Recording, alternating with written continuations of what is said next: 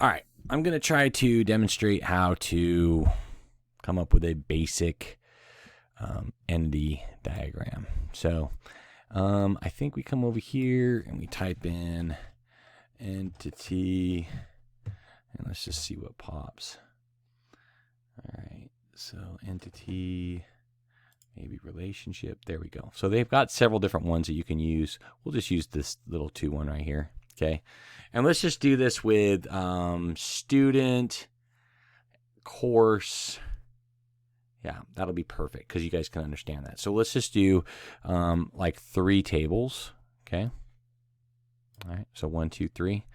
First one will be student, and this one over here will be course, and this one here will be, we'll just call it student course. Student course. Okay.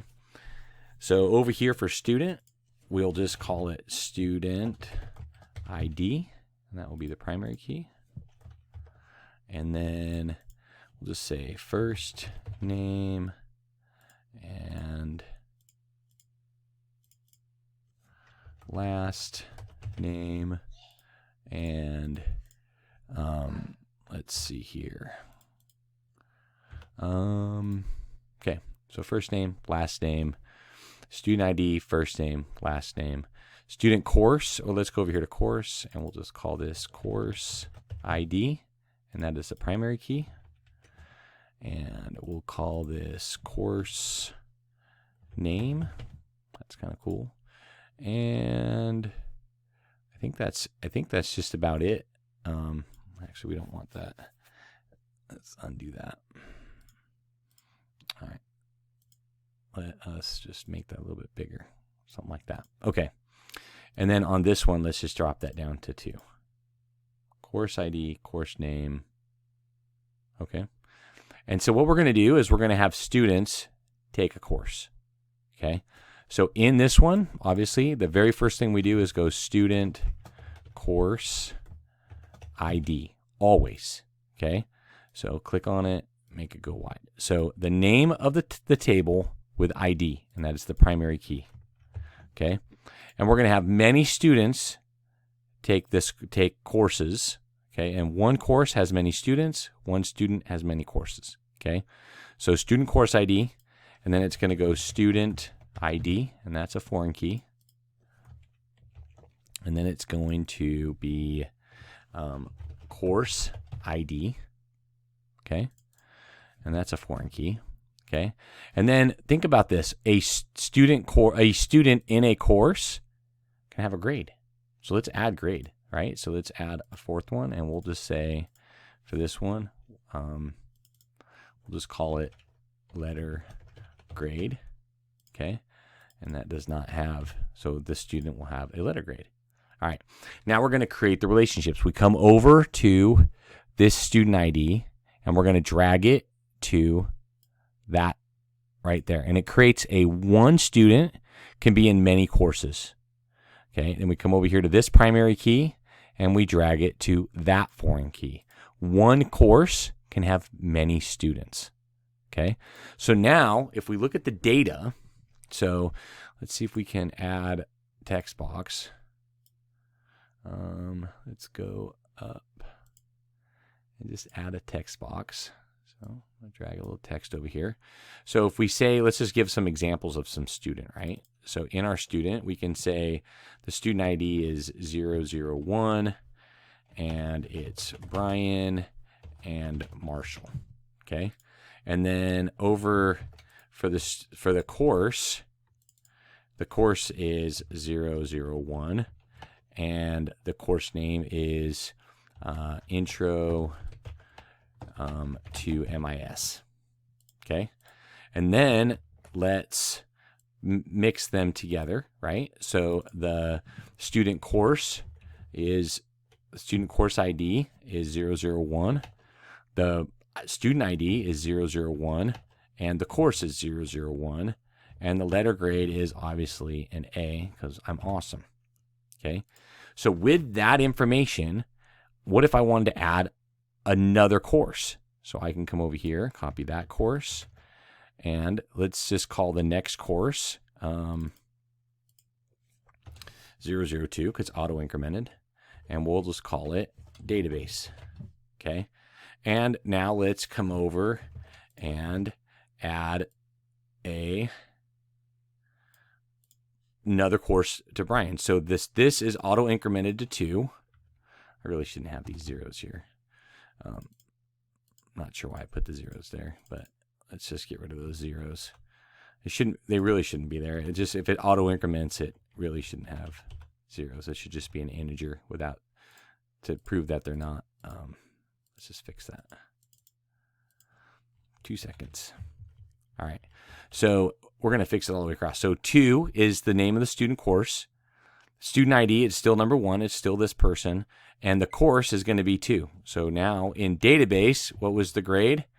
We'll just say A+ on that. Okay. So now if we look at it, auto incremented this first one because that's the auto increment. It's number 1, so the number 1 person, and the course, the number 2 course, and the grade is A+.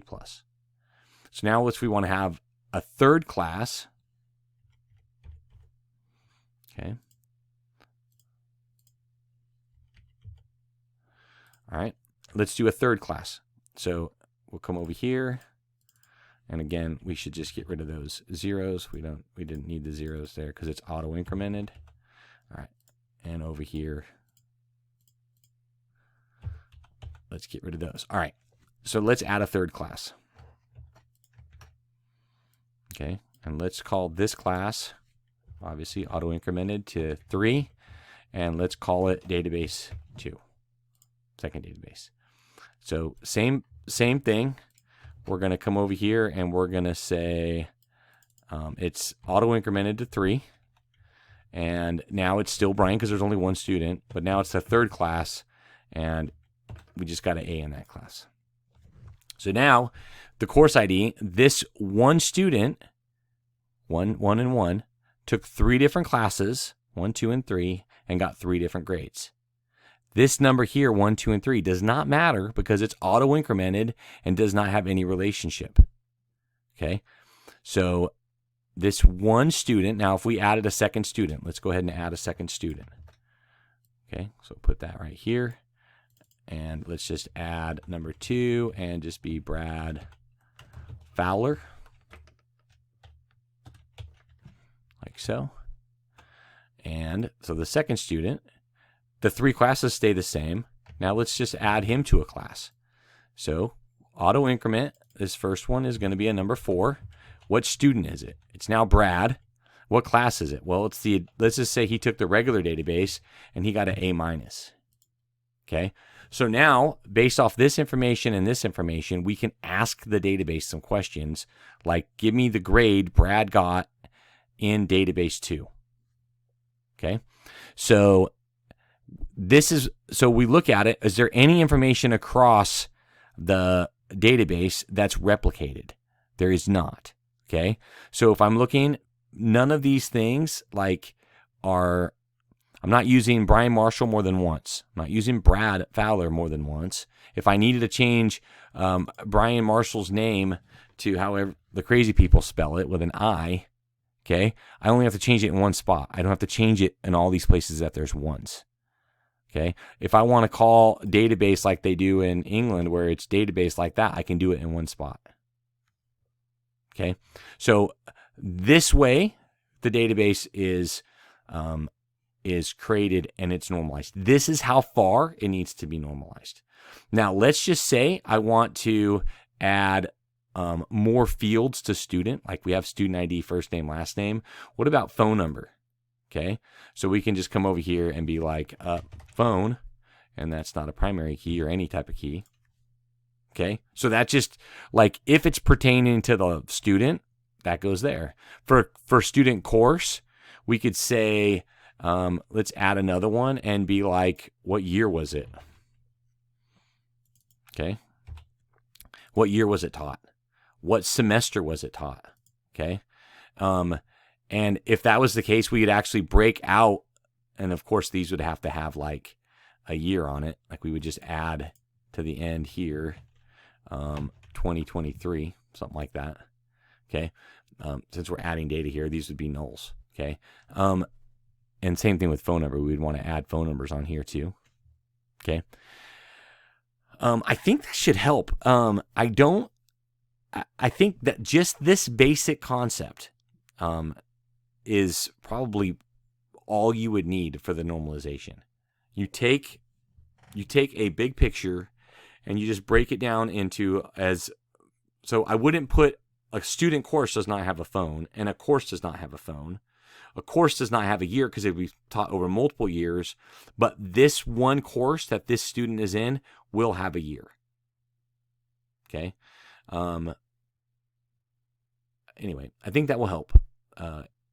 Again, if you have any questions, shoot me an email and I can respond back to you with your own video helping you with your questions.